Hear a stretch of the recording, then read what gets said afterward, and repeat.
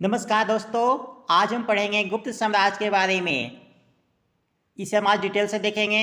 साथ ही गुप्त साम्राज्य से रिलेटेड 100 MCQ प्रश्नों को भी देखेंगे। तो चलिए वीडियो को शुरू करते हैं। पहला प्रश्न जो आता है एग्जाम में वो है कि गुप्त वंश की स्थापना किसने की थी। तो गुप्त वंश का स्थापना किया था श्रीगुप्त ने। ठीक है, ये लगभग 240 से 280 ईस्वी तक इनका शासन था और इनका जो क्षेत्र था, इनका जो शासन क्षेत्र था वो बहुत ही छोटे से एरिया में था। ठीक है, इसके बाद जो दूसरे राजा आते हैं वो आते हैं घटोत्कच, जो कि 280 से लेकर 319 ईस्वी तक शासन करते हैं। देखिए यहाँ पे इनका जो डेट में थोड़ा सा कन्फ्यूजन है, क्योंकि अलग अलग किताब में ये डेट आपको अलग अलग मिलेगा। ठीक है, लेकिन हाँ ये है कि ये जो है पहले जो यहाँ पे राजा हुए, जो संस्थापक वो हुए थे श्रीगुप्त, और सेकेंड में घटोत्कच। देखिए जब ये स्टार्टिंग में क्या था कि छोटे छोटे राजा थे, मतलब सामंत थे। गुप्त काल के पहले कुषाणों का शासन था भारत में, है ना। तो माना जाता है कि जो गुप्त लोग थे वो कुषाणों के सामंत थे। ठीक है, मतलब कुषाण के जो महाराज होते थे उनके अंदर ये छोटे भूभाग पे राजन मतलब शासन करते थे। जो गुप्त वंश का जो पहला महान शासक हुए वो हुए चंद्रगुप्त प्रथम। ठीक है, इनका शासन था 319 से 335 ईस्वी में। देखिए चंद्रगुप्त प्रथम पहले स्वतंत्र शासक हुए गुप्त वंश के, जिन्होंने अपने साम्राज्य का विस्तार भी किया और बहुत से साम्राज्य में बहुत से परिवर्तन लाए, बहुत सारे यहाँ पे नए नए क्षेत्रों को इसमें जोड़ा और फिर उन्होंने बहुत सारी उपाधियाँ भी धारण की। इससे क्वेश्चन पूछा जाता है। गुप्त वंश का वास्तविक संस्थापक चंद्रगुप्त प्रथम को माना जाता है। गुप्त वंश का जो अभिलेख से ज्ञात होता है कि चंद्रगुप्त प्रथम ने ही गुप्त वंश का प्रथम स्वतंत्र शासक था, जिसकी उपाधि महाराजा धीराज थी। ठीक है, मतलब कि चंद्रगुप्त प्रथम ने महाराजा धीराज की उपाधि ग्रहण की थी। उन्होंने चांदी के सिक्के को चलाया था और चंद्रगुप्त प्रथम ने 319-320 ईस्वी में गुप्त संवत का स्थापना किया था। ठीक है, अपने नाम के आधार पर उन्होंने नया एक कैलेंडर बनाया था, गुप्त संवत। जो शक और गुप्त संवत के बीच में लगभग 241 वर्ष का अंतर है। चंद्रगुप्त प्रथम का विवाह लिच्छवी की राजकुमारी कुमार देवी के साथ हुआ था। ठीक है, कुमार देवी के साथ हुआ था। चंद्रगुप्त का जो राज था वो मगध से लेकर इलाहाबाद यानी प्रयाग तक फैला था। चंद्रगुप्त प्रथम द्वारा जारी सिक्कों पर अंकित चंद्रगुप्त और उनकी पत्नी जो कुमार देवी उनका चित्र है, और उसी सिक्के के दूसरे साइड में माता दुर्गा का जो है ना शेर पे बैठे शेर के साथ चित्र है। इसके बाद गुप्त वंश का अगला जो राजा हुए वो हुए समुद्रगुप्त, और समुद्रगुप्त इस वंश के सबसे महान राजा हुए। ठीक है, इन्होंने बहुत सी लड़ाइयाँ लड़ी और लगभग ये सारे क्षेत्र को, सारे भारत को जीतते चले गए। समुद्रगुप्त विष्णु को उपासक थे और उसने अश्वमेध यज्ञ जो होता था उसको किया था, और अश्वमेध यज्ञ करने के कारण उसे अश्वमेध कहता की उपाधि उन्होंने धारण की थी। माना जाता है कि उन्होंने आर्यवर्त के 9 शासकों को और दक्षिणावर्त के 12 शासकों को पराजित किया था। यानी कि जो उत्तर भारत है उसमें 9 शासक को और दक्षिण भारत में 12 शासकों को उन्होंने हराया था, और मतलब उत्तर से लेकर दक्षिण तक अपने समाज का विस्तार किया था, जिस कारण से समुद्रगुप्त गुप्त वंश के महान योद्धा कुशल सेनापति रहे हैं। ठीक है, इस कारण से विसेंट स्मिथ ने इन्हें भारत का नेपोलियन कहा है, क्योंकि इन्होंने इतनी लड़ाइयाँ लड़ी और लगभग सब लड़ाई को जीत लिया है ना, इसलिए विसेंट स्मिथ ने इन्हें भारत का नेपोलियन कहा है। देखिए हरिसेन का इसमें नाम आता है। हरिसेन समुद्रगुप्त के दरबारी कवि थे, है ना, मतलब उनके जो ऑफिशियल पोएट थे वो थे। और हरिसेन ने ही प्रयाग प्रशस्ति या इलाहाबाद प्रशस्ति लेख का रचना किया था। इसी लेख में मतलब इलाहाबाद से नाम दीजिए या प्रयाग प्रशस्ति नाम दीजिए। तो प्रयाग प्रशस्ति में ही जो समुद्रगुप्त जो जुड़े जितने भी उनका जो साम्राज्य था उनमें जो उन्होंने लड़ाइयाँ लड़ी, उसमें कि उन्होंने जो विजय प्राप्त किया, उनका शासन कैसा था, जो भी जानकारी मिलता है हमें हरिसेन द्वारा लिखा हुआ जो प्रयाग प्रशस्ति का लेख है उसी से मिलता है। ठीक है, समुद्रगुप्त ने 6 प्रकार का स्वमुद्राएं जारी किया था, जिसमें से गरुड़ मुद्रा सबसे फेमस था। चंद्रगुप्त को है ना बिना बजाते हुए दिखाया गया है उनके सिक्कों पे। तो इससे पता चलता है कि उन्हें ये गाना बजाना या कविता में काफ़ी रुचि था और उन्हें कविराज की उपाधि भी दिया गया है। इसके अलावा चंद्रगुप्त ने महाराजा धीराज की उपाधि भी लिया था, साथ ही विक्रमांक का उपाधि भी लिया था। ठीक है, महाराजा धीराज और विक्रमांक का उपाधि लिया था, साथ ही उन्हें कविराज भी कहते थे। अगला जो महाराजा हुए हैं इस वंश में वो हुए चंद्रगुप्त द्वितीय, जिन्हें लोग चंद्रगुप्त विक्रमादित्य के नाम से भी जानते हैं। देखिए विक्रमादित्य इनका एक टाइटल था, ठीक है। पहले बहुत से क्या होता था कि हिंदू के जो बहुत से महान राजा होते थे वो विक्रमादित्य, महाधिराज इस तरह का टाइटल लिया करते थे। तो चंद्रगुप्त जो द्वितीय हैं उन्होंने विक्रमादित्य का टाइटल लिया, इसलिए उन्हें चंद्रगुप्त विक्रमादित्य के नाम से भी जाना जाता है। देखिए यह चंद्रगुप्त वादत देवी का पुत्र था। चंद्रगुप्त द्वितीय के शासनकाल में गुप्त वंश अपने चरमोत्कर्ष को प्राप्त हो चुका था, ठीक ना। मतलब सबसे ज़्यादा जो फैलाव था इनके शासनकाल में था। गुप्त वंश का जो चरम था, है ना, वो इनके शासनकाल में था। माना जाता है कि इनके शासनकाल में जो गुप्त वंश जो है, मतलब जो प्रेजेंट इंडिया, इससे भी पश्चिम की ओर पाकिस्तान के बहुत से इलाके में फैला था। इनका क्षेत्र था वो कश्मीर से ऊपर जो बाल्टिक का जो रीजन होता है ना, सॉरी बाल्कन का जो रीजन है वहाँ तक फैला था, और साउथ में भी काफ़ी डीप तक था, और साथ में पूरा में तो था इनका शासन, ठीक है। तो माना जाता है कि इनका जो चंद्रगुप्त विक्रमादित्य के समय में जो इनका जो गुप्त शासन था वो सबसे ज़्यादा विस्तृत क्षेत्र फैला हुआ था। महरौली स्तंभ यानी दिल्ली के कुतुब मीनार के निकट में जो स्तंभ लगा हुआ है महरौली स्तंभ, उससे चंद्रगुप्त द्वितीय के संबंध में जानकारी मिलता है, ठीक है। चंद्रगुप्त द्वितीय ने विक्रमादित्य तथा परम भागवत की उपाधि धारण की थी। तो विक्रमादित्य और परम भागवत की उपाधि धारण की थी चंद्रगुप्त द्वितीय ने। उसने शकों को भारत से खदे कर भारत को शक मुक्त कर दिया। देखिए पता है कि भारत में बहुत से आक्रमणकारियाँ हैं, जैसे कि कुषाण आए, यवन आए, है ना, तो उसी तरह शक भी आए थे, हुन आए, ठीक है। तो शक भी आए थे। तो शकों को भारत से खदेड़ कर भारत को बिल्कुल शक मुक्त कर दिया। किसने? तो चंद्रगुप्त विक्रमादित्य ने। चंद्रगुप्त विक्रमादित्य के समय में ही चीनी यात्री फहियान आया था भारत में, ठीक है। ये कंफ्यूजन होने का बात नहीं है। चंद्रगुप्त के समय में फहियान आया था, और जो पुष्पभूति वंश थे यानी वर्धन वंश, उसमें जो हर्षवर्धन है उसके समय में आया था ह्वेनसोंग, ठीक है। हर्षवर्धन के समय में आया था ह्वेनसोंग, हा से हर्षवर्धन, हा से ह्वेनसोंग। और चंद्रगुप्त द्वितीय के समय में आया था फहियान, ठीक है। चंद्रगुप्त जो द्वितीय हैं वो कला और साहित्य व संस्कृति के महान संरक्षक थे, और उनके दरबार में नवरत्न होते थे। जैसे आपने पढ़ा हो कि अकबर के दरबार में नवरत्न थे, उसी तरह से मतलब ये बात है आपको 5वीं शताब्दी का, तो उस समय में इनके दरबार में भी नवरत्न होते थे, ठीक है। इन नवरत्नों में बहुत से महान व्यक्ति थे जिनका नाम आपने पहले भी सुना होगा, जैसे कि महान गणितज्ञ और खगोल शास्त्री आर्यभट्ट, इन्हीं के दरबार के नवरत्न में एक थे। महान कवि कालिदास भी संभवतः इन्हीं के शासनकाल में इन्हीं के दरबार में थे। महान गणितज्ञ ब्रह्मगुप्त, ठीक है। महान खगोल शास्त्री बारामिहिर, महान आयुर्वेदिक चिकित्सक धन्वंतरी, और अमरकोश के लेखक अमर सिंह, ठीक है, अमर सिंह। तो इसके अलावा और भी 2-3 नाम हैं, ठीक है। तो ये 9 लोग उनके दरबार में रहते थे जो नवरत्न कहलाते थे, जो अपने अपने क्षेत्र में महारत हासिल किए हुए थे। ठीक है। इसके बाद जो अगले राजा हुए वो हुए कुमारगुप्त, ठीक है। कुमारगुप्त का शासन काफ़ी शांति प्रिय शासन रहा। इसमें कोई बहुत ज़्यादा लड़ाइयाँ नहीं लड़ी गई, है ना। जो भी साम्राज्य था, जो चंद्रगुप्त द्वितीय के समय तक जो साम्राज्य फैल चुका था गुप्तों का, वहाँ तक वो वहाँ ही था। मतलब इससे ज़्यादा साम्राज्य बढ़ा भी नहीं आगे, और हाँ लेकिन ये कि उन्होंने कमने भी नहीं दिया, ठीक है। कुमारगुप्त ने समाज को बढ़ाया नहीं, लेकिन उसे कमने भी नहीं दिया। बस वो शांति काल का एक समय था कुमारगुप्त के समय में। इनके समय का जो सबसे एक महत्वपूर्ण घटना है वो है नालंदा विश्वविद्यालय की स्थापना, ठीक है। तो क्वेश्चन आता भी है, नालंदा विश्वविद्यालय की स्थापना किसने कराई थी? तो कुमारगुप्त ने करवाया था। गुप्त शासकों में सर्वाधिक अभिलेख गुप्त, है ना, कुमारगुप्त के मिलते हैं, ठीक है। गुप्त शासकों में सबसे सर्वाधिक अभिलेख कुमारगुप्त के ही मिलते हैं। कुमारगुप्त प्रथम ने आधिकारिक संख्या में मयूर आकृति की रजत मुद्राएं प्रचलित की थी।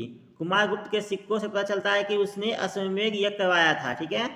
और ये तो हो ही गया, नालंदा विश्वविद्यालय की स्थापना कुमारगुप्त के समय में हुआ था।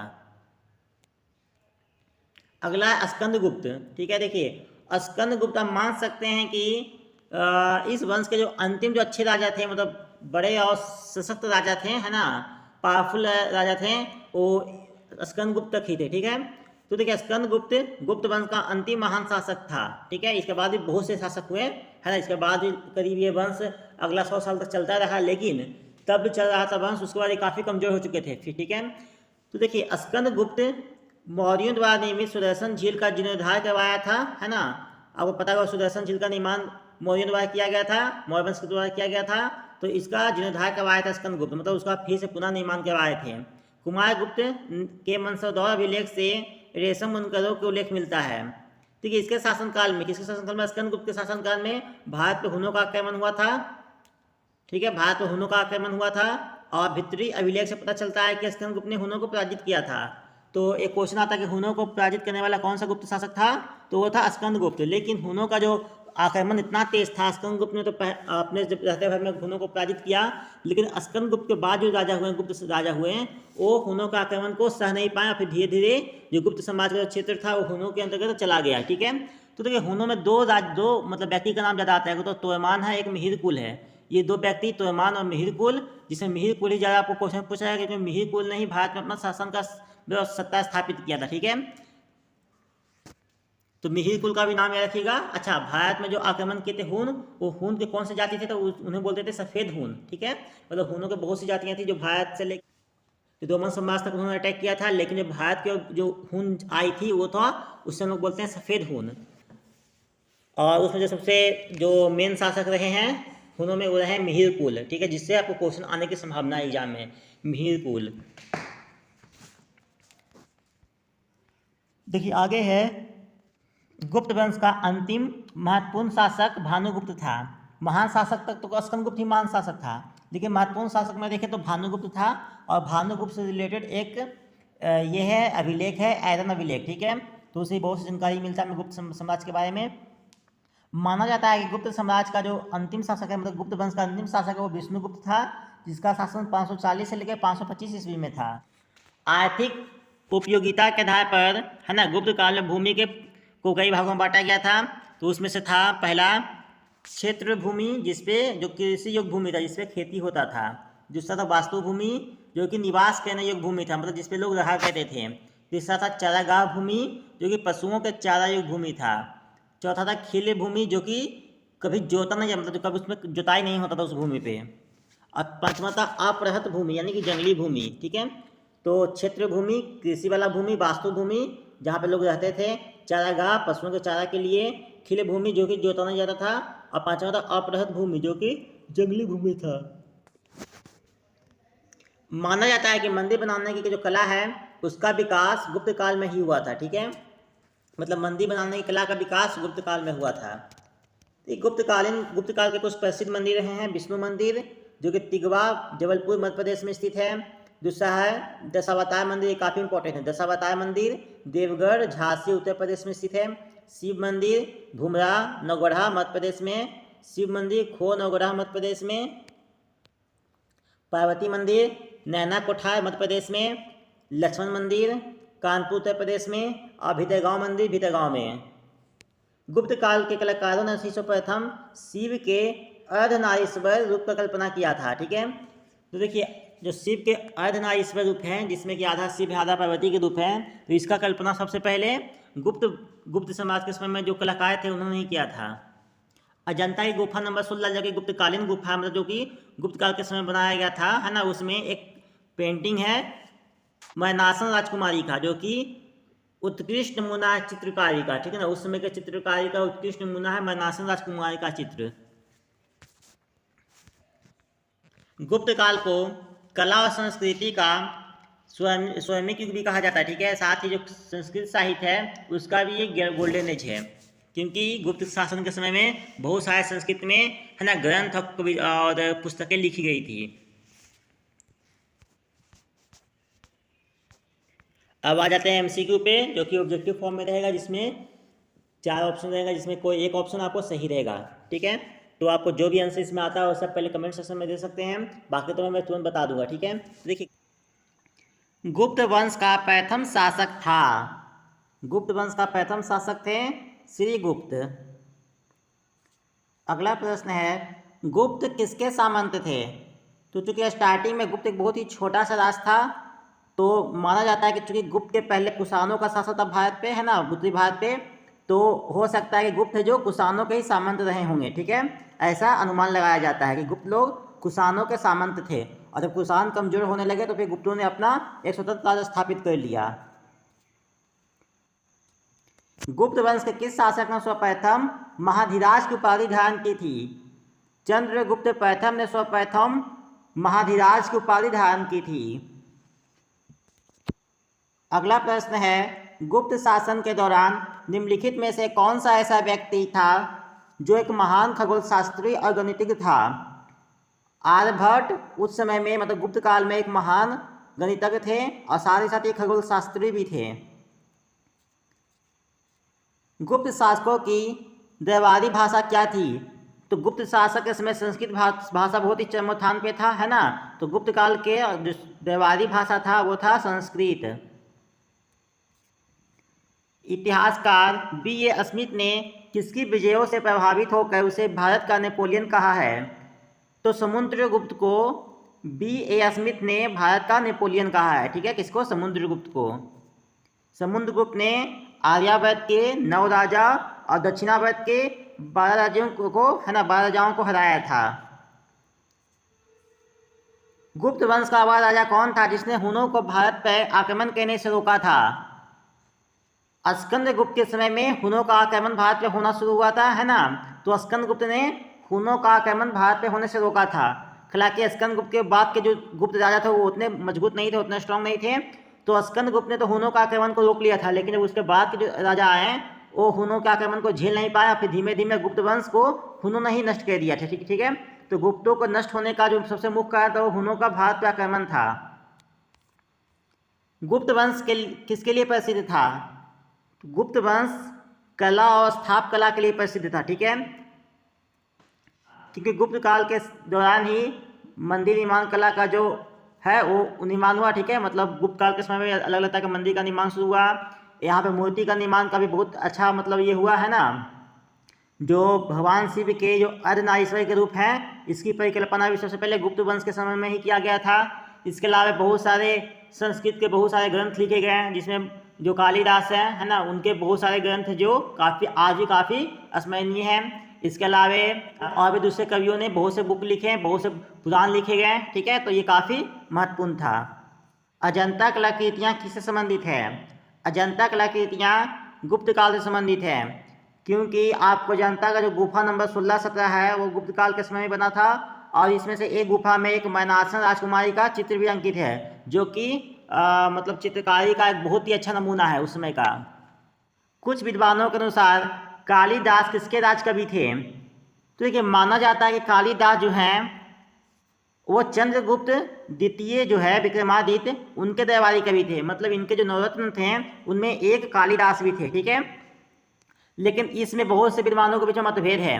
बहुत से इतिहासकार मानते हैं कि जो कालिदास थे इस चंद्रगुप्त विक्रमादित्य के शासन में नहीं थे, ये इनके पहले भी थे। ठीक है, तो ये थोड़ा सा मतभेद है कि इनका एक्चुअली में शासन, मतलब इनका एक्चुअली में टाइम पीरियड क्या था कालिदास का। लेकिन बहुत से लोग मानते हैं कि ये चंद्रगुप्त विक्रमादित्य के समय में ही ये हुए थे कालिदास, अपने यहाँ जो लिखे हैं। अजंता चित्रकारी का विषय वस्तु निम्नलिखित में से किससे संबंधित है?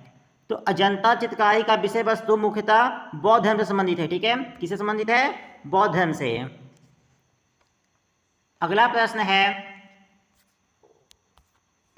उत्तर गुप्त युग में जो विश्वविद्यालय प्रसिद्ध हुआ वह कौन था? तो उस समय नालंदा विश्वविद्यालय का स्थापना हुआ था और ये काफ़ी प्रसिद्ध हुआ। यहाँ पे विदेशों से बच्चे आकर पढ़ते थे। ठीक है,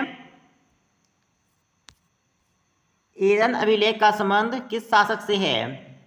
एरन अभिलेख का संबंध भानुगुप्त से है। और एरन अभिलेख में ही सबसे पहले जो सती होने का वर्णन मिलता है। ठीक है, किसी भी महिला के सती होने का वर्णन सबसे पहले एरन अभिलेख में ही मिलता है। फाहियान किसके शासन में भारत आया था? फाहियान चंद्रगुप्त द्वितीय के शासनकाल में, यानी कि विक्रमादित्य के शासनकाल में भारत आया था। देखिए, फाहियान आया था चंद्रगुप्त विक्रमादित्य के शासनकाल में। एक हुआ था ह्वेंसोंग। ठीक है, ह्वेंसोंग आया था हर्षवर्धन के शासनकाल में। किसके शासनकाल में? हर्षवर्धन के शासनकाल में। जब गुप्त वंश का पतन होता है तो फिर इसके जो भाग है ना, इसके जो शासन वाले भाग है उसमें से कुछ जो ज़्यादातर भाग पे खास एक उत्तर वाला जो भारत का भाग है उस पर हर्षवर्धन का राज होता है। ठीक है, मतलब पुष्यभूति वंश का राज होता है, तो उसी में कहा जाता है हर्षवर्धन, और उसी के शासनकाल में ह्वेंसोंग आया था। ये आपको 606 ईस्वी में हर्षवर्धन राजगद्दी पे बैठा था, तो ये उस समय का बात है। ठीक है, अगला प्रश्न है, भारतीय संस्कृति का स्वर्ण युग किस युग को कहा जाता है? तो ये कहा जाता है गुप्त काल को। ठीक है, गुप्त काल को, क्योंकि यहाँ पे बहुत सारे कला, स्थाप कला, साहित्य कला, हर चीज़ का इसमें विकास हुआ था। फाहियान कहाँ का निवासी था? फाहियान चीन का निवासी था। सेतु बंध का रचनाकार प्रवेशन द्वितीय किस वंश का शासक था? ये था बकाटक वंश का शासक। अगला है, किस गुप्तकालीन शासक को कविराज कहा गया है? तो समुद्रगुप्त को कविराज कहा जाता था, क्योंकि माना जाता कि इसे गाना से है ना और संगीत से काफ़ी प्रेम था, और इसके सिक्के पर इसे बीना बजाते हुए भी दिखाया गया, मतलब इसे सिक्के पे इसको बीना बजाते हुए दिखाया गया, ठीक है। तो इससे माना जाता है कि जो समुद्रगुप्त था वो उसे संगीत पसंद था, वो संगीत का प्रेमी व्यक्ति था। स्कंदगुप्त को किस स्तंभ में सक्रोपम कहा गया है? स्कंदगुप्त को कौन स्तंभ लेख में सक्रोपम कहा गया है? श्रीलंका के राजा मेघवर्मन ने किस स्थान पर भगवान बुद्ध का मंदिर बनवाने के लिए समुद्रगुप्त से अनुमति मांगी थी? तो ये बोधगया में उससे मंदिर बनवाना था भगवान बुद्ध का, तो इसीलिए उसने उस समय समुद्रगुप्त का शासन था तो उससे अनुमति मांगा था। कौन मांगा था? मेघवर्मन। मंदिर निर्माण कला का जन्म सर्वप्रथम कब हुआ? मंदिर निर्माण कला का जन्म माना जाता है गुप्त काल में ही हुआ था, ठीक है। और इसी के समय बहुत से भव्य मंदिर का निर्माण हुआ था उत्तर भारत में। चंद्रगुप्त द्वितीय ने विक्रमादित्य की उपाधि कब धारण की? तो ऐसा माना जाता है कि जब चंद्रगुप्त द्वितीय ने शकों को पूरी तरह से भारत से हरा दिया था, है ना, भारत से खदेड़ दिया था, उसके बाद उसने विक्रमादित्य की उपाधि धारण की थी, ठीक है। मतलब शकों का समूल विनाश भारत की धरती पे किसने किया था? चंद्रगुप्त द्वितीय ने किया था, और उसके बाद फिर विक्रमादित्य की उपाधि धारण की थी। गुप्त काल के सर्वाधिक लोकप्रिय देवता कौन थे? तो गुप्त काल के जो गुप्तकालीन राजा थे वो ज़्यादातर विष्णु भगवान को माना करते थे, ठीक है। वो ज़्यादातर वैष्णव थे, वैष्णव संप्रदाय से संबंधित थे, तो विष्णु उसमें सबसे लोकप्रिय देवता थे। चंद्रगुप्त द्वितीय ने अपनी किस विजय की खुशी में चांदी के विशेष सिक्के जारी किए थे? बाल्टिक प्रदेश के जीतने के बाद, है ना, उसने चांदी के सिक्के जारी किए थे। मेहरौली स्थित लौह स्तंभ का निर्माण किस सदी में हुआ था? मेहरौली स्थित लौह स्तंभ का निर्माण 4वीं सदी में चंद्रगुप्त के मतलब गुप्त वंश के आसपास के समय में ही हुआ था, मतलब गुप्त वंश के दौरान में ही हुआ था। फाहियान और ह्वेंगसोंग ने क्रमशः किसके राज्यों को देखा? मतलब ये किसके राज्य में आए थे? तो देखिए, फाहियान आए थे, वो आया था चंद्रगुप्त विक्रमादित्य के शासनकाल में, ठीक है। और ह्वेंगसोंग आया था हर्षवर्धन के शासनकाल में। तो आंसर हो जाएगा कौन सा? डी, ठीक है। आंसर हो जाएगा डी, फाहियान हो जाएगा। फाहियान हो जाएगा चंद्रगुप्त विक्रमादित्य के शासनकाल में, और ह्वेंगसोंग आया था हर्षवर्धन के शासनकाल में, यानी कि आंसर हो जाएगा डी। धन्वंतरी थे, धन्वंतरी कौन थे?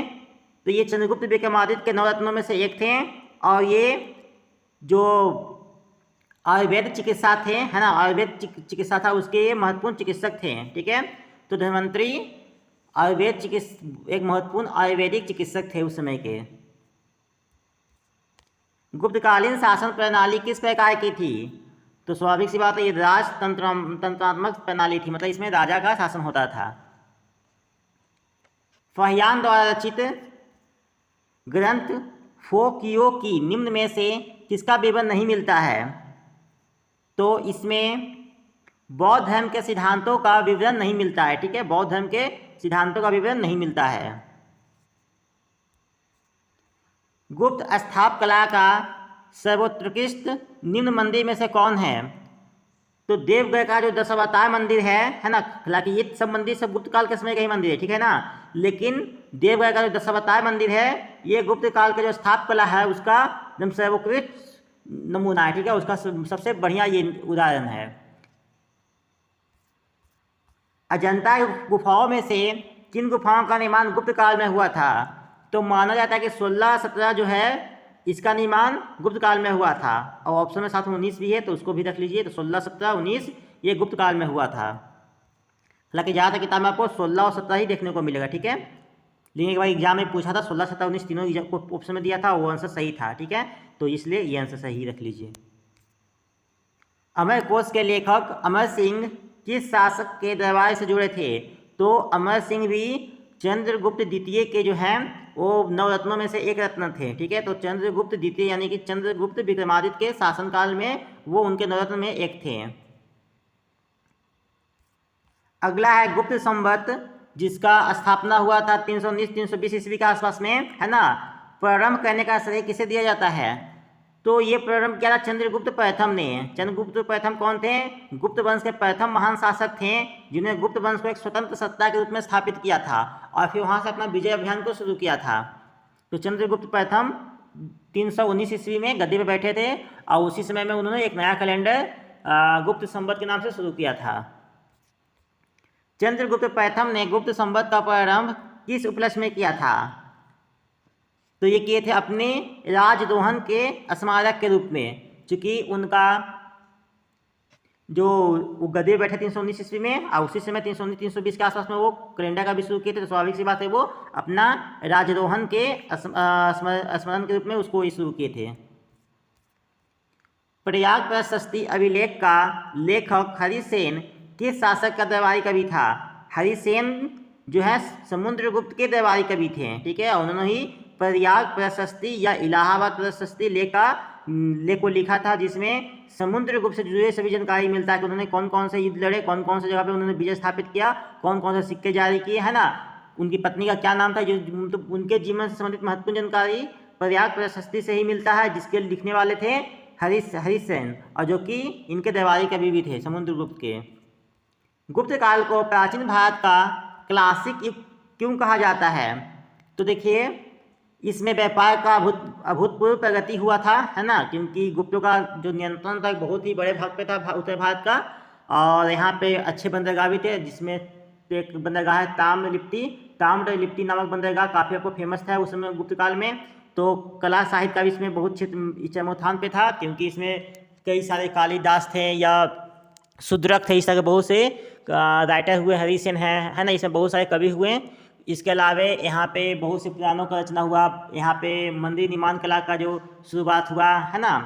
तो इस तरह से फिर उसके बाद पृथ्वी माता में यहाँ पे स्वर्ण सिक्के चलाए गए थे। तो ये उपयुक्त सभी कारण था कि इसको हम लोग बोलते हैं गोल्डन युग या क्लासिकल युग, है ना। प्राचीन भारत का क्लासिकल युग इसको बोलते हैं। सारनाथ के धमेक स्तूप का निर्माण किस काल में हुआ था? तो धमेक स्तूप का निर्माण भी गुप्त काल में ही हुआ था।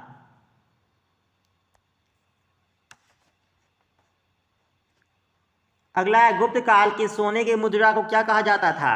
तो गुप्त काल में सोने और चांदी के सिक्के चलाए गए, तो जो सोने के सिक्के थे उसको दिनार कहते थे, ठीक है, और जो चांदी के सिक्के थे उसको रुपयक बोलते थे, रुपयक, और सोने के सिक्के को दिनार।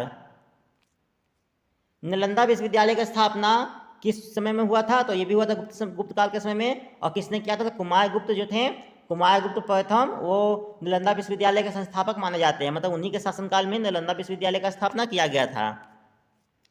गुप्त युग में भू राजस्व की दर कितनी थी? तो माना जाता है कि उपज का जो छठा भाग था, है ना, उपज का 1/6 ये था भू राजस्व दर।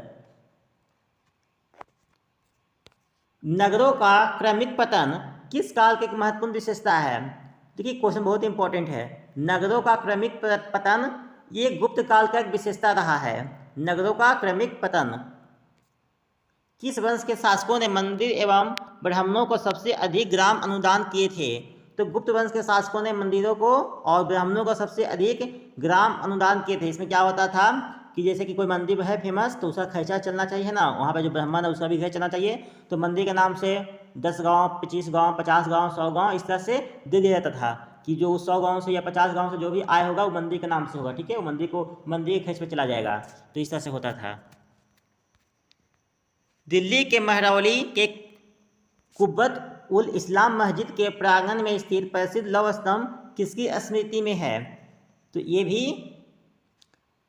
चंद्र के स्मृति में है, ठीक है। कालिदास द्वारा रचित मालविकाग्निमित्रम नामक जो रचना है ना, उसका नायक कौन था, उसका हीरो कौन था उस बुक में? तो हीरो था अग्निमित्र, ठीक है, मतलब उनका जो ये रचना है मालविकाग्निमित्रम, इसके हीरो कौन थे, नायक कौन थे? वो थे अग्निमित्र। समुद्रगुप्त की सैनिक उपलब्धियों का वर्णन उसके किस अभिलेख से में उपलब्ध है? तो ये भी है प्रयाग प्रशस्ति, जो कि हरिश्चंद्र द्वारा लिखा गया था, है ना। प्रयाग प्रशस्ति या इलाहाबाद प्रशस्ति, उसमें ये मिलता है, ठीक है। समुद्रगुप्त से जुड़ी जितनी भी जानकारी है वो आपको प्रयाग वाला में ही मिलता है, ठीक है। निम्न में से किस काल में स्त्रियों की पुरुषों के बराबर थी, है ना। स्थिति जो है, स्त्रियों की स्थिति पुरुषों के बराबर ही थी, मतलब कोई भेदभाव नहीं था। तो वो गुप्त काल में माना जाता है कि स्त्री पुरुष में कोई भी भेदभाव नहीं था। कौन सा राजवंश हुनों के आक्रमण से अत्यंत विचलित हुआ? तो गुप्त वंश के समय में हुनों का आक्रमण शुरू हुआ था। तो चूंकि स्टार्टिंग में जो स्कंदगुप्त के समय में आक्रमण हुआ था, तो स्कंदगुप्त एक मजबूत राजा थे, तो उन्होंने तो आक्रमण को झेल लिया और हुनों को काफ़ी तक पीछे ढकेल दिया। लेकिन स्कंदगुप्त के बाद के जो गुप्त वंश के राजा हुए वो काफ़ी कमजोर हो गए, है ना। तो वो हुनों का आक्रमण को झेल नहीं पाए और धीमे धीमे उनका जो क्षेत्र था, उन क्षेत्रों पर हुनों का अधिकार होने लगा। और हुनों से संबंधित दो राजा का नाम सबसे महत्वपूर्ण है। तो एक तो है तोयमान और दूसरा है मिहिरकुल। और भारत में अगर क्वेश्चन पूछेगा हुनों से तो मिहिरकुल से ही क्वेश्चन पूछेगा, क्योंकि मेनली जो सत्ता स्थापित किया था भारत में वो मिहिरकुल ने ही किया था। हुनों का जो सत्ता जो भारत में स्थापित किया था वो मिहिरकुल ने स्थापित किया था। और ये कौन से हुन थे? हुनों के बहुत सारे ब्रांच था। तो भारत में जो हुन आया तो उसको बोलते हैं सफ़ेद हुन, यानी वाइट हुन। अगला है, निम्नलिखित में से कौन सा नाटक कालिदास ने नहीं लिखा था? तो मालविकाग्निमित्रम ये कालिदास द्वारा लिखा गया था। अभिज्ञान शाकुंतलम ये तो कालिदास का सबसे फेमस ही है। विक्रमोर्वशीयम ये भी कालिदास द्वारा लिखा गया है, ठीक है। जानकी हरण ये कालिदास का नाटक रचना नहीं है, जानकी हरण, ठीक है। अजंता गुफाओं के जैसी गुफाएं मध्य प्रदेश में कहाँ है? तो देखिए, अजंता गुफाओं जैसे गुफा मध्य प्रदेश में जिसको बोलते हैं बाघ की गुफा, या जो कि धार जिला में है। मतलब बाघ की गुफाएं जो कि धार जिला में है मध्य प्रदेश में, है ना। ये अजंता गुफाओं से काफ़ी मैच खाता है और ये भी गुप्तकालीन गुफा ही है। तो अगर गुप्त काल के गुफाओं का बात करें, दो गुफा याद रखना है। एक तो अजंता की गुफा जिसमें 16-17 जो गुफा नंबर है ना, गुफा संख्या 16-17 और 19 में याद रख लीजिए। और तो ये अजंता गुफा और दूसरा है बाघ की गुफा। ये दो गुफाएं जो है गुप्त काल में सबसे ज़्यादा प्रसिद्ध है। मतलब ये गुप्तकालीन गुफाएं हैं। गुप्त वंश ने किस अवधि के दौरान शासन किया था? तो देखिए, इसका सही आंसर जो यहाँ पे है वो है 319 से 550 ईस्वी। देखिए, ऐसे तो गुप्त वंश का शासन इसके पहले से ही था, 240 के आसपास से ही था, ठीक है। और ये 550 तक रहा था, है ना। जो इसके अंतिम शासक थे विष्णुगुप्त, वो 540 से 550 तक शासक बने थे, ठीक है। लेकिन जो कहा जा सकता है कि जो मेन इनका शासन हुआ था कहाँ से शुरू, तो हुआ था चंद्रगुप्त प्रथम शुरू, जो कि 319 ईस्वी में गद्दी बैठे थे और 500 तक बिल्कुल वंश लड़खड़ा गया था। उसके बाद जो भी शासक आए वो स्वतंत्र नहीं बचे थे, या तो मतलब उनका शासन क्षेत्र बहुत ही छोटे एरिया में सिमट गया था। मतलब वो सब छोटे से राज के राजा रह गए थे। तो एक समय में जो गुप्त वंश का एक शासन हुआ करता था कि मतलब पूरा उत्तर भारत में, है ना, आज के भारत के बाहर पाकिस्तान तक उनका क्षेत्र फैला था उत्तर भारत में, वो सब नहीं बचा था क्योंकि उन्होंने उस सब पे कब्जा कर लिया था। बाल विवाह का प्रथा आरंभ हुआ, तो माना जाता है कि बाल विवाह का प्रथा भी गुप्त काल के समय में आरंभ हुआ था।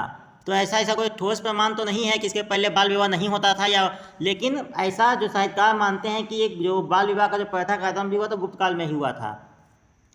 सोने के सर्वाधिक सिक्के किस काल में जारी किए गए थे? सोने के सर्वाधिक सिक्के गुप्त काल में जारी किए गए थे। यूरोपियन भाषा में अनुवादित भारतीय ग्रंथ कौन सा था? अभिज्ञान शाकुंतलम को, है ना, यूरोपीय भाषा में ये किया गया था। अगला, सती प्रथा का पहला उल्लेख कहाँ से मिलता है? तो मैंने अभी बताया था जो भानुगुप्त का एरन अभिलेख है ना, इसमें सबसे पहले सती प्रथा का कहीं पर प्रमाण मिलता है, ठीक है, एरन अभिलेख में। और एरन अभिलेख कहाँ है? तो वर्तमान में एरन अभिलेख महाराष्ट्र राज्य में स्थित है। गुप्तकालीन सिक्कों का सबसे बड़ा ढेर कहाँ से प्राप्त हुआ था? तो ये प्राप्त हुआ था वयाना भरतपुर से। किस गुप्त शासक को नालंदा विश्वविद्यालय का संस्थापक माना जाता है? कुमारगुप्त को नालंदा विश्वविद्यालय का संस्थापक माना जाता है। चंद्रगुप्त द्वितीय के काल में विद्या, कला एवं साहित्य का जो महत्वपूर्ण केंद्र था वो कौन था? तो उनके समय में विद्या कला का जो महत्वपूर्ण क्षेत्र था वो था उज्जैन, है ना। कौन था? उज्जैन। कालिदास की किस कृति की गिनती विश्व की 100 प्रसिद्ध साहित्य कृतियों में होती है? तो विज्ञान शकुंतलम जो है कालिदास का सबसे फेमस पुस्तक है और इनका गिनती विश्व के 100 प्रसिद्ध साहित्य कृतियों में होता है। वर्तमान गणित में दशमलव प्रणाली आविष्कार का श्रेय निम्नलिखित में से किस युग को है? तो चूंकि माना जाता है कि दशमलव प्रणाली का जो शुरुआत किए थे वो किए थे आपको आर्यभट्ट, है ना। और आर्यभट्ट किस समय में थे? तो ये गुप्त काल में आर्यभट्ट हुए हैं, है ना। आर्यभट्ट चंद्रगुप्त द्वितीय यानी चंद्रगुप्त विक्रमादित्य के नवरत्नों में से एक थे, यानी कि ये जो दशमलव प्रणाली का जो विकास हुआ वो हुआ गुप्त काल में। निम्नलिखित में से कौन सा गुप्त वंश के पतन का कारण नहीं है? तो देखिए सबसे जो मेन पतन का कारण तो हुनों का आक्रमण ही है। सबसे मेन पतन का कारण क्या? हुनों का आक्रमण। इसके बाद जो जब हुनों का आक्रमण होने से क्या हुआ, गुप्त वंश की जो केंद्रीय शक्ति थी कमजोर हो गई, तो प्रांतीय शासकों का विद्रोह हो गया, है ना। जो छोटे छोटे राजा थे इनके अंतर्गत में सामंत थे, वो उन्होंने विद्रोह करके खुद को स्वतंत्र सत्ता स्थापित कर लिया। केंद्रीय शक्ति दुर्बल हो गया था स्कंदगुप्त के बाद में, है ना। तो ये तीनों कारण हुए थे, ठीक है, गुप्त वंश के खत्म होने के। हाँ, ये जो आंतरिक कला ऐसा कोई भी कारण नहीं था। तो आंतरिक कला कोई ऐसा कारण नहीं था कि गुप्त वंश खत्म होने का आंतरिक कला नहीं था, क्योंकि स्कंदगुप्त के समय हुनों का आक्रमण हुआ था। स्कंदगुप्त ने किसी तरह से हुनों को तो रोक लिया, लेकिन इनके बाद के शासक उतने मजबूत नहीं हुए जो कि हुनों का आक्रमण को रोक पाते। तो फिर वो धीमे धीमे उन्होंने उनके जमीन पर अधिकार करना शुरू कर दिया। और हालांकि एक और तथ्य है कि मतलब जिससे कोई इतिहासकार इसे मतलब ये रखते तो नहीं है, लेकिन इसका एक मेन कारण था कि स्कंदगुप्त के बाद के जो बहुत से जो गुप्त राजा थे, इनके पहले जितने भी राजा थे वो सब क्या थे? वैष्णव धर्म के अनुयायी थे, है ना। लेकिन इसके बाद के जो ज़्यादातर राजा हुए वो सब बौद्ध धर्म के अनुयायी बन गए हैं, ठीक है। और बौद्ध धर्म के अनुयायी बनने के बाद फिर वो क्या किए कि ये जो युद्ध है ये सब वो सब बहुत हद तक कम कर दिए, जिससे क्या हुआ कि हुनों का आक्रमण को झेल भी नहीं पाए, ठीक है। तो ये भी एक कारण माना जा सकता है कि जब तक जो गुप्त वंश के जो राजा वैष्णव संप्रदाय से थे वो लड़ना जानते थे, है ना। और जब वो बौद्ध धर्म में गए तो वो उस तरह से लड़ नहीं पाए, है ना, जिस तरह से पहले के उनके पूर्वज लड़ रहे थे और समाज का विस्तार कर पा रहे थे। तो ये भी कारण हो सकता है, लेकिन ये कहीं पे ऐसा आपको मिलेगा नहीं लिखा हुआ। निम्नलिखित में से किस गुप्त शासक ने अपने सिक्के पर अपने को बीना बजाते हुए आकृति में अंकित करवाया था?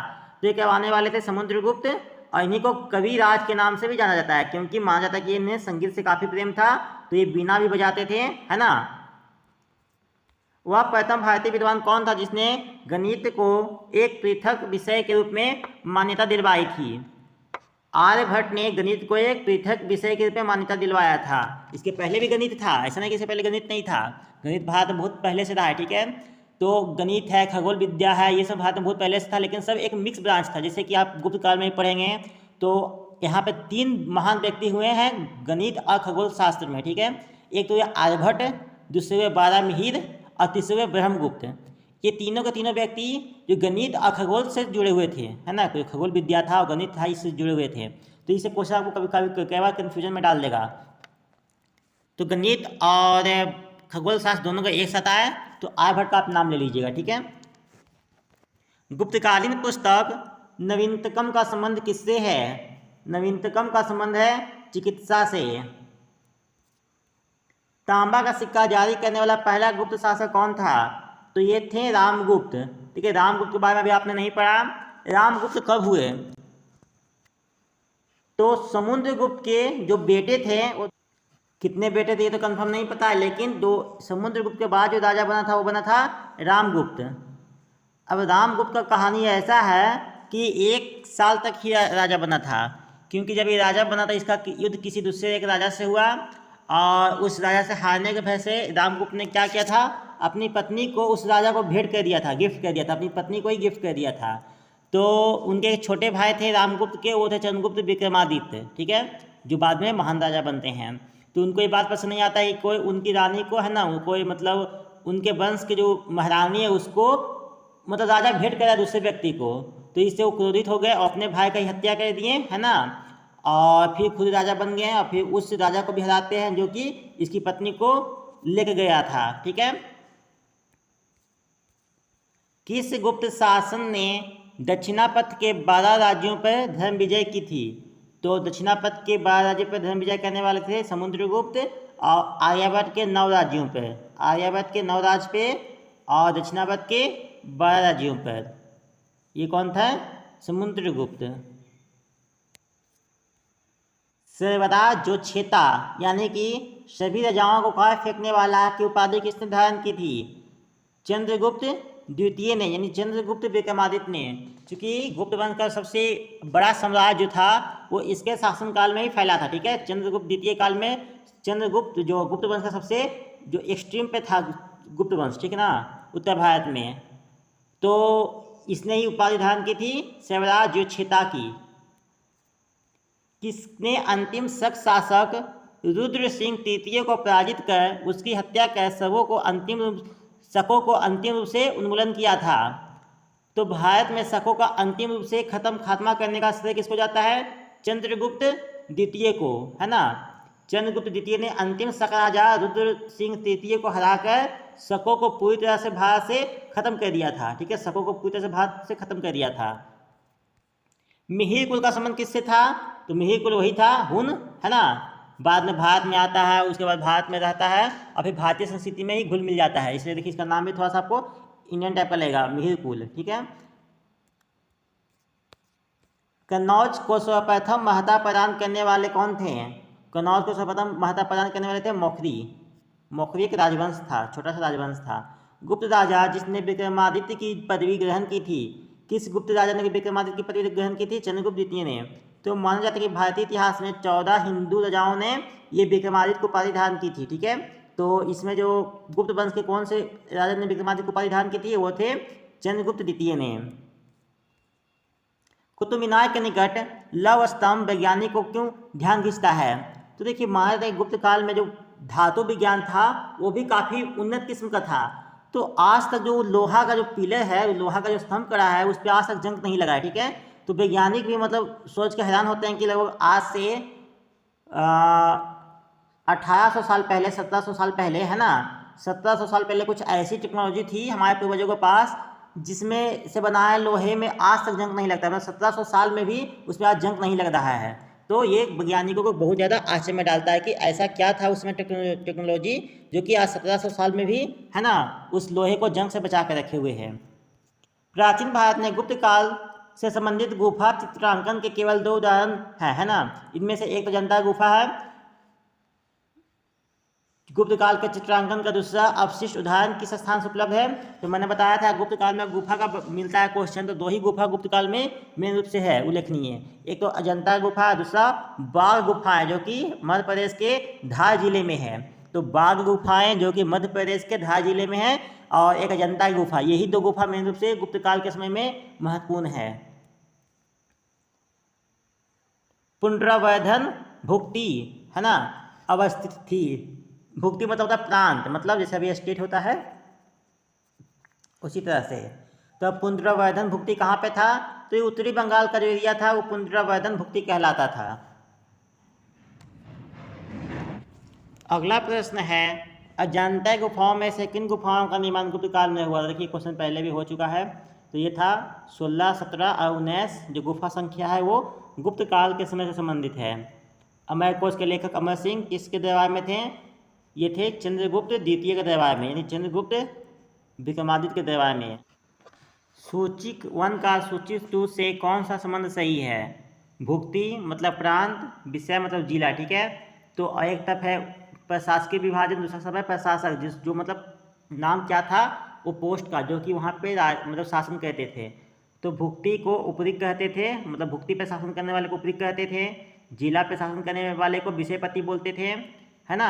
नगर पे शासन करने वाले को नगरपति, ग्राम पे शासन करने वाले को ग्रामिक। तो ये चारों के चारों सही है, तो हमारा आंसर हो जाएगा सभी सही है। ठीक है, ऑप्शन नंबर सी सभी सही है। अगला है कौन सही सुमेलित नहीं है? इसमें से बाकी 3 सही, एक सही नहीं है। तो ये मृच्छकटिकम, ये कौन लिखे हैं? इस लिखने वाले हैं शूद्रक। ये पुस्तक कौन लिखे हैं? मृच्छकटिकम शूद्रक। 10 कुमार चरित्र, इसको लिखने वाले हैं डंडीन। किरात तुजनियम, इसको लिखने वाले हैं भाईबी। लेकिन प्रयाग प्रशस्ति को लिखने वाले कौन थे? आपको पता होगा कि प्रयाग प्रशस्ति को लिखने वाले थे हरिसेन। ठीक है, कौन थे? हरिसेन, जो कि समुद्रगुप्त के दरबारी कवि थे, है ना। तो प्रयाग प्रशस्ति सही आंसर हो जाएगा, जो कि यहाँ पे गलत मिलावट है। ठीक है, यहाँ पे ये रवि कृति नहीं है उनके लेखक है हरिसेन। अगला है कौन सही सुमेलित नहीं है? तो इसमें भी देखिए विशाख दत्त, ये तो मुद्रा राक्षस ने लिखा है, बिल्कुल सही है ये। ठीक है, भृतहरि मेघदूतम, देखिए भृतहरि मेघदूतम को किसने लिखा है? कालिदास ने, है ना। तो यही गलत हो गया, ये तो सबसे पहले गलत हो गया। मेघदूतम लिखने वाले कौन है? कालिदास। देखिए कालिदास के 7-8 पुस्तक हैं जिसका नाम आपको याद रखना बहुत जरूरी है, जैसे कि मेघदूतम हो गया, अभिज्ञान शाकुंतलम हो गया, है ना। फिर उसके बाद विक्रमो संभवम ऐसा कुछ है, ठीक है। परम भागवत की उपाधि धारण करने वाला प्रथम गुप्त शासक था। परम भागवत की उपाधि धारण करने वाला था समुद्रगुप्त। गुप्त काल में उत्तर भारतीय व्यापार निम्नलिखित में से किस पतन से संचालित होता था? तो मैंने ताम्रलिप्ति बंदरगाह का नाम लिया था, तो ताम्रलिप्ति आप याद रख लीजिए, ताम्रलिप्ति गुप्त काल का एक प्रमुख बंदरगाह था। गुप्त शासकों द्वारा जारी किए गए चांदी के सिक्कों क्या बोलते थे? रूपक या रुपयक, रुपयक, ठीक है, रुपयक इस तरह नाम था, ठीक है। चंद्रगुप्त द्वितीय काल में विद्या, कला और साहित्य का महान केंद्र कौन था? तो ये था उज्जैन। वर्तमान गणित में दशमलव प्रणाली का आविष्कार का श्रेय निम्नलिखित में से किस युग को जाता है? तो गुप्त युग को, है ना, क्योंकि इस कहने वाले थे आर्यभट्ट, और आर्यभट्ट किस युग के थे? गुप्त युग के।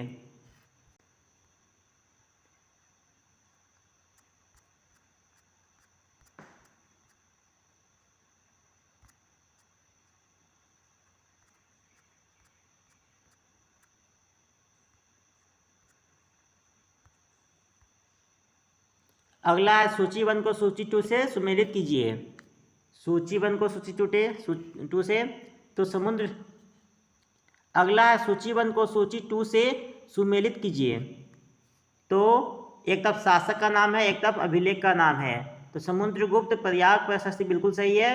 समुद्रगुप्त का जो भी जानकारी कहाँ से मिलता है? प्रयाग प्रशस्ति से, जो कि हरिश्चंद्र द्वारा लिखा गया था। चंद्रगुप्त द्वितीय का महरौली लौह स्तंभ से, ठीक है, जो कि कुब्बत उल इस्लाम मस्जिद में स्थित है अभी वो। स्कंदगुप्त का जानकारी कहाँ से मिलता है? भित्रीय लेख से। और बुद्धगुप्त का जो जानकारी कहाँ से मिलता है? पहाड़पुर ताम्रलेख से, ठीक है। तो इसमें क्या है? सब सही है ना, सभी सही है। सूची 1 को सूची 2 से सुमेलित कीजिए। तो यहाँ पे देखिए कुमार देवी, यहाँ पे एक प्रकार का मुद्रा का नाम लिखा हुआ है, एक तरफ शासक का नाम लिखा है। कौन सा मुद्रा को किस शासक ने चलवाया था? तो कुमार देवी चंद्रगुप्त प्रथम की पत्नी थी, और जब उनका शादी हुआ था दोनों का, तो उस शादी के अवसर पे उन्होंने एक सिक्का चलवाया था, जिसपे एक साइड में चंद्रगुप्त प्रथम और कुमारी देवी का चित्र था, दूसरे साइड में दुर्गा माता का चित्र था। तो ये सिक्का कौन चलवाया था? चंद्रगुप्त प्रथम ने। देखिए समुद्रगुप्त कविराज किसे बोलते हैं और इस संगीत का प्रेमी था। इसके सिक्के पे वीणा वादक का चित्र था, है ना, खुद को वीणा बजाते हुए दिखाया था। तो समुद्रगुप्त का संबंध किससे हो गया? वीणा वादक से। चंद्रगुप्त द्वितीय, है ना, चक्र विक्रमक प्रकार का सिक्का चलाया था। और कुमारगुप्त जो था वो कार्तिकेय भगवान के काफ़ी उपासक थे, है ना। कुमारगुप्त कार्तिकेय के उपासक थे, तो उन्हें कार्तिकेय का ही सिक्का चलवाया था।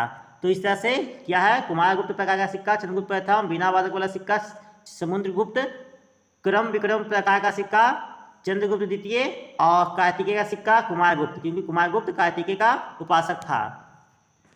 तो इसमें क्या है? सभी सही है।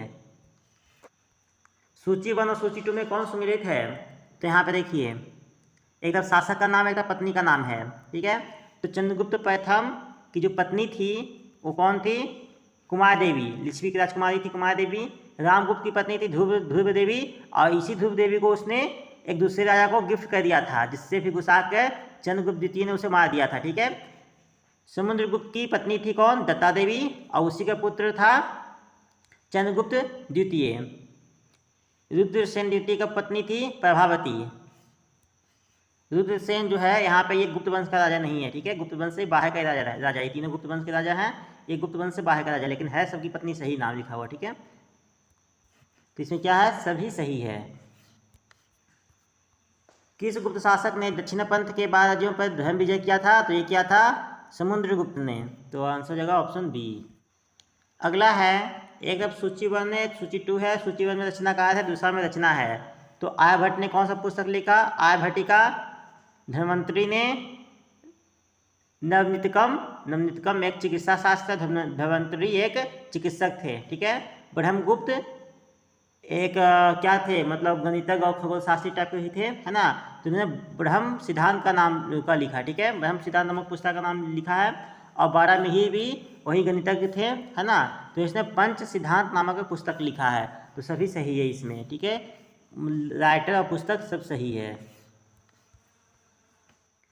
सुदर्शन झील का मरम्मत किसके समय में हुआ था? निर्माण हुआ था चंद्रगुप्त मौर्य के समय में। और मरम्मत किसके समय में हुआ था? तो मरम्मत हुआ था स्कंदगुप्त के समय में।